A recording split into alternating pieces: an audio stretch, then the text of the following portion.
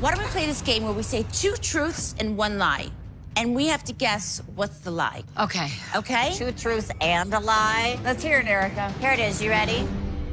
I did not see it ending this way. I was gonna hold that man's hand till he died. Hey everyone, I'm Sean Prue, and I am, if you don't know already, one of the world's biggest Real Housewives fans. Real Housewives of anywhere, I will watch them. But perhaps a bigger fan than me, he's definitely a housewife savant, is my friend Shannon Govani with the great hair today. Shannon, right now my we favorite have... subject. Right now we have in Beverly Hills, reality's gotten larger than reality by far with Erika Jayne and what's going on with her divorce with her husband, Tom. Yeah. In the Marvel universe of Housewives, and I do sometimes think of it like as a big Bravo universe, like you're following all these different players and how do they fit. And sometimes the fandom even reminds me of like sports fans, like people talking about the health of the league and different players and that kind of stuff. But yes, Erika Jayne, the legal tempest that she and her soon-to-be ex-husband Tom Girardi are in, and their divorce is one of those stories that's like sort of trickled out past the fandom and has become actual mainstream news. Like it's been covered on the cover of the LA Times now 3 times. I am not a liar. You have a lot of nerve. Don't talk to me like that. Or what? Seriously. Or what? Or nothing. Right, exactly. Shut the up. There's going to be like a documentary, Docuseries about it, yeah. And Hulu, while this season of Housewives is going. We've never seen that, like this companion piece.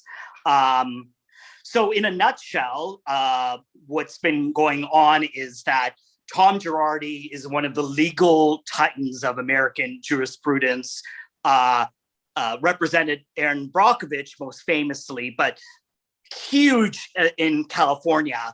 And a class action suit that's being held against him is said to be possibly the biggest class action suit in California history.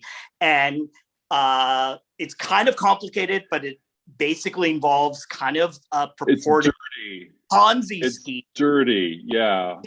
Settlements from victims, in some cases like orphans and widows from the Lion Air crash that happened in Indonesia a few years ago. But it's become much bigger. His own legal partner is suing him. He's saying that he has Alzheimer's now, that he's under conservatorship. His brother. In the middle of this, Erika decided that she's getting divorced. So it's a whole case of how much did she know? The divorce is in question. Was it a calculated divorce or a real divorce? Right.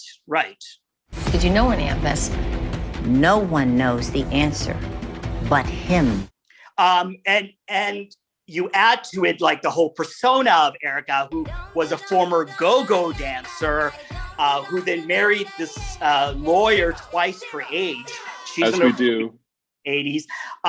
And like the amount of materialism that we've seen sort of be part of her image over her years on the show. Wow. Who wants to kick in a little something to buy this? You need to kick in my legal fund, you bet. Like she talked about spending $40,000 on glam a month.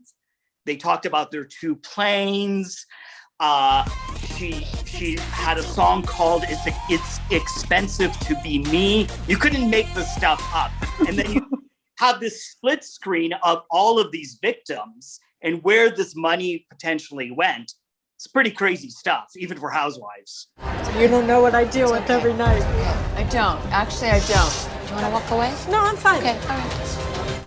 She's not the first character on Housewives or in Beverly Hills to sort of have their life explode outside the reality lens. Like I think about Taylor Armstrong, whose husband was accused of abusing her physically on the show. And then when they stopped filming, her husband actually killed himself, hung himself, I believe.